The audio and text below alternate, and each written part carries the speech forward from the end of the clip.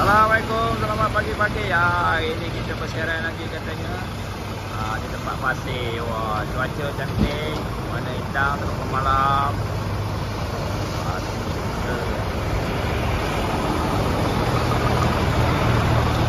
Keadaan semasa.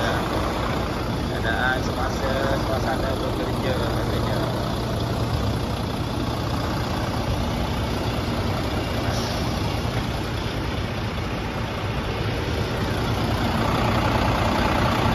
Mana Taliban ke depan?